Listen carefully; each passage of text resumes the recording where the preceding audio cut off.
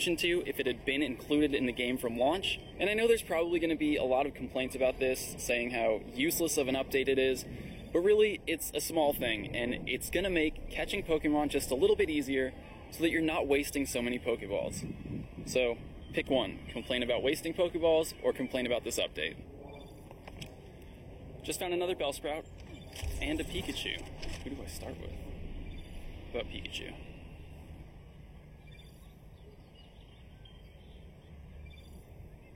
Pikachu and Bellsprout. And did I see another Pikachu on sightings?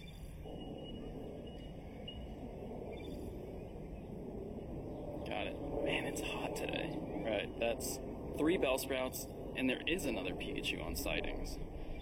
Interesting.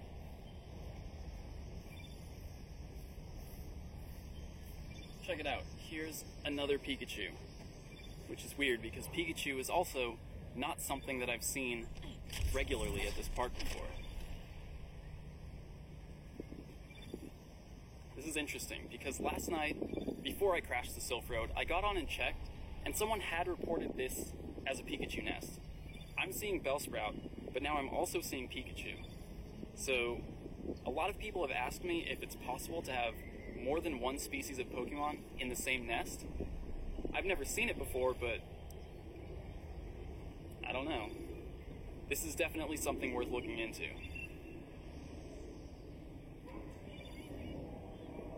Three Bellsprout, 2 Pikachu, neither one's on sightings, and I need to get going.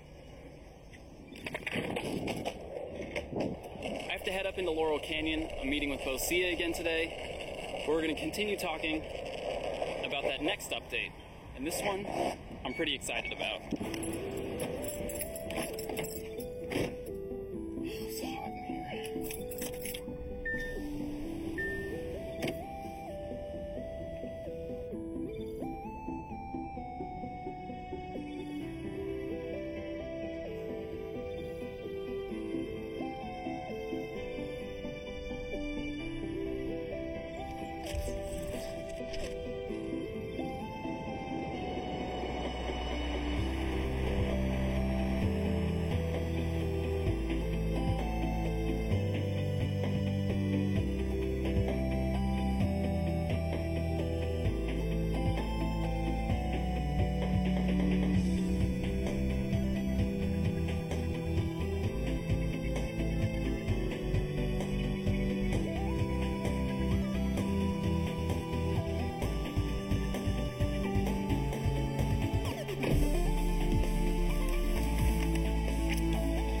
If I had to live in LA, it would be up here.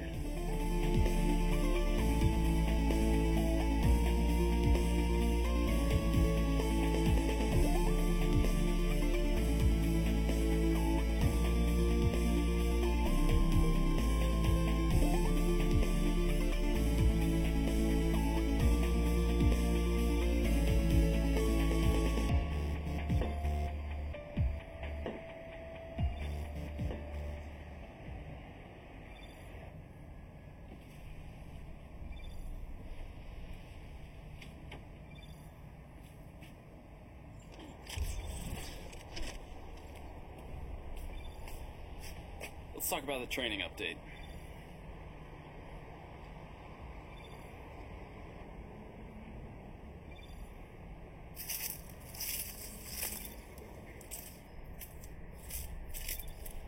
I'm just going to start off by reading you exactly what this post says. We've made an enhancement to the gym experience for trainers of all levels. In an upcoming version of Pokemon Go, when training at a friendly gym, trainers will be able to bring 6 Pokemon to battle instead of 1. In addition, the CP of the Pokemon you are training against may be temporarily adjusted lower during your training session to generally match your Pokemon's battle capabilities. No matter what your level, you can now have an impact on your team's gym. Walk with your buddy Pokemon to that nearby landmark and show your team leader that you can battle with the best. That's an instinct shout out right there. The first change is that you're now going to be able to train with a full team of 6 Pokemon. Great idea. There have been so many questions about how come sometimes when I enter a gym, I can only choose 1 Pokemon, while other times I can choose 6. This eliminates those questions. I don't know why you were only able to train with one Pokemon in the first place. Being able to train with a full team of 6 Pokemon means you're probably going to be able to make a much bigger impact in one training session. One big problem with gyms right now is the turnover rate, and this change doesn't do a whole lot to address that, but it seems like it's going to make training a little bit more efficient, so that if someone is attacking your gym while you're training it, you might actually have a chance of keeping it at the same prestige level. Currently, when someone attacks your gym, it's going to lose way more prestige than you can possibly train up in one session. So the advantage always goes to the attacking team. But with this update, if you're training while someone's attacking, you might actually be able to put up a fight. Now the other part of the update is that Pokemon in the gym are going to have their CP adjusted to match your Pokemon when you're training. The reason they give is that this allows lower level players to participate in training up gyms where Pokemon have much higher CP than their own. And this is true, it will help with that, but it's already so easy to beat a Pokemon with even twice your own Pokemon's CP. So there's another motive behind making this change. Some of you are familiar with something called the Bubble Strat, which is essentially a way to train up your team's gyms, and prestige will probably also be adjusted. This effectively eliminates exploits like the Bubble Strat because the Pokemon's CP will be adjusted to match your own. You won't be able to battle a Pokemon with twice your CP anymore. Now the interesting thing is, in the screenshot you can see that the Dragonite in the gym gets adjusted to about the same CP of the trainer's Dragonite, but all that trainer's other Pokemon have much lower CP.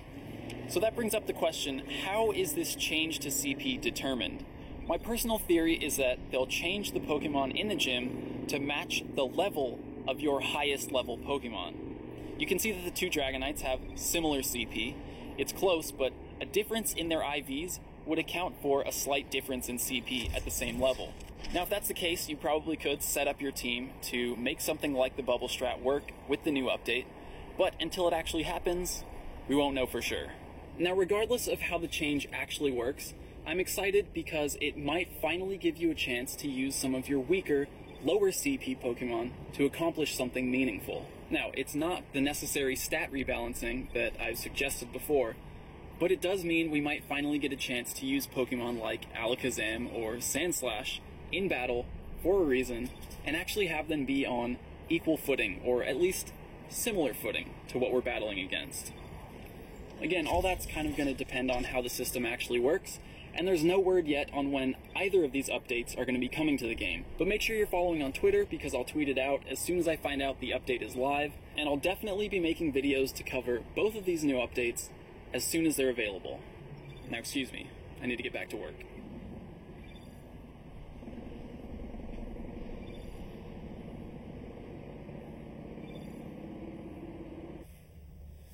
By the way, I think Niantic added spawn points again, because I only ever used to see 3 Pokemon at most on the sightings here. So go check out your local spawns, see if anything's been added.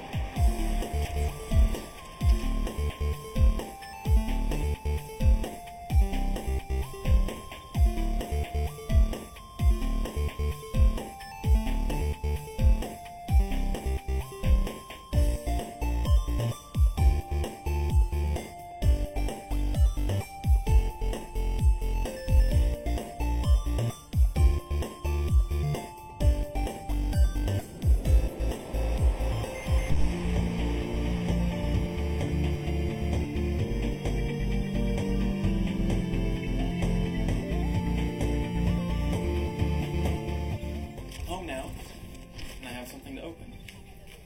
This is not the secret package, by the way. That's the secret package.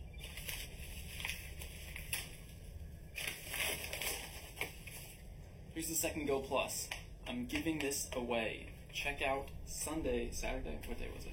I'm announcing the winner for this giveaway in Sunday's Q&A video, so check out the video here for all the details on how to enter. Basically, just leave a comment on that video and subscribe, and you're good.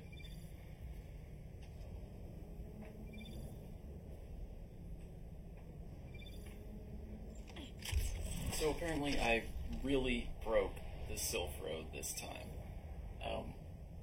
The traffic spike from yesterday's video was twice the normal traffic spikes that they experience when I make a video about the Atlas. And beyond that, the increased activity was sustained for quite a while. Somehow that intense resource overload caused a bunch of problems, and basically a lot of reports were lost. They were able to restore a backup that restored all nests reported before 8:30 last night, my time, Pacific time. So if you submitted a nest report after that, you might have to go out and do it again. So I just want to say, Dromps, I'm sorry that I kind of interfered with your Comic-Con experience. You guys are doing a really amazing job with the Nest Atlas and the entire site, the subreddit. And seriously, this Nest Atlas that you guys have created is exactly the type of resource that I dreamed of when I first heard about Pokemon Go. It's like real-life Professor Oak stuff. So keep up the good work. Again, I'm sorry I interfered with your Comic-Con. I'll see you on the road. Now, before I end this, I do want to check up on Furman Park because I did see that interesting possible hybrid nest thing going on today, and it looks like it's only been reported as a Bellsprout nest. Now, if I remember correctly, I did see a Pikachu report last night before I broke everything that possibly could have gotten lost during the incident today, but I'm definitely going to go back and check it out, investigate a little bit more, because I'm really curious what's going on there. A lot of people have asked if it's possible to have more than one species of Pokemon in a nest, and today I saw the first evidence for myself that it might be true. But that's it for today. I hope you guys enjoyed it, and I'll see you tomorrow. This new atlas is super useful if you're not familiar with the nests in your area and you just want to see a broad overview of where everything is. Again, when you're looking at unverified nests also, you're gonna see a lot of Nick. Not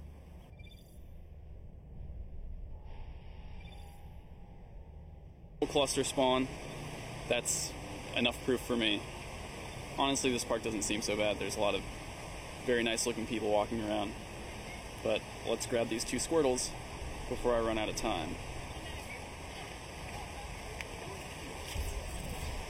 Got it. Did you guys notice the nest changes? Here's Squirtle number 2.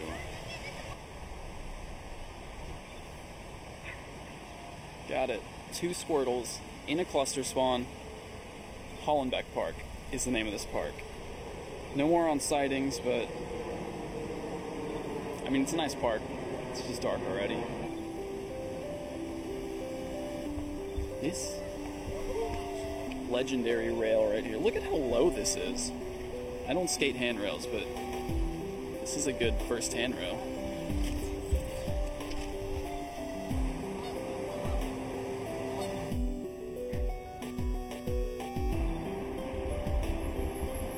We were about to leave, and then Cassie recognized this building as a former hospital that was apparently really haunted. So we stopped to check it out, but also there's another Squirtle. So probably definitely, it's looking like this is definitely a Squirtle nest, but now I'm more curious about what's going on with this building. Got the Squirtle, another one on sightings, so we're definitely looking at a Squirtle nest here. I'm gonna catch the rest of this stuff, but we're gonna investigate a little more.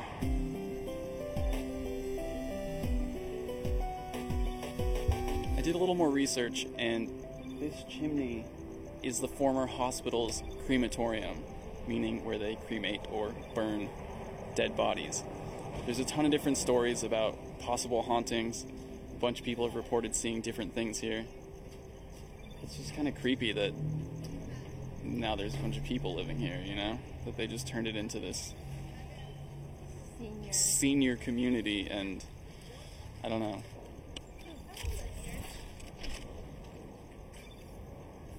You'd live here? Yeah, it's beautiful.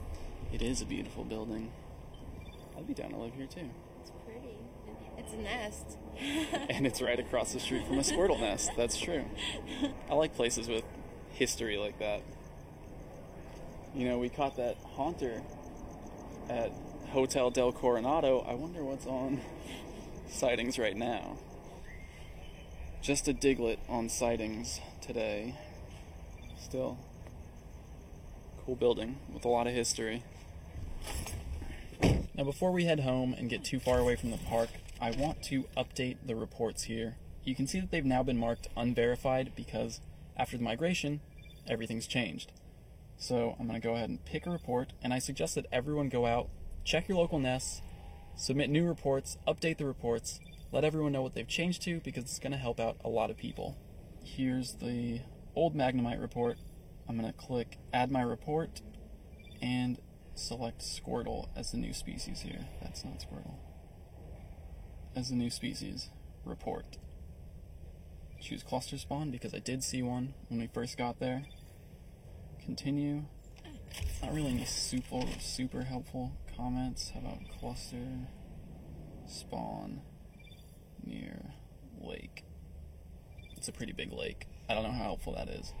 But if you're watching this, you saw where I found those 2 Squirtles. Submit my report. There it is. The Squirtle. Someone report something else? 63? That's my report. Hopefully someone will come here in the next day or two and back that up. And then we should see this question mark change to a number 7. Is that what number Squirtle is? 7. Now, as for how sketchy this area is, I would say be smart if you're going to come out here at night. If you can't handle yourself at night, don't come at night. Now, with all that said, I'm excited to get home and check out some of the other nest changes around my area tomorrow. I'll see you guys then. And I'm going to use as many parasects as I can. Alright, here we go. Parasect squad assemble.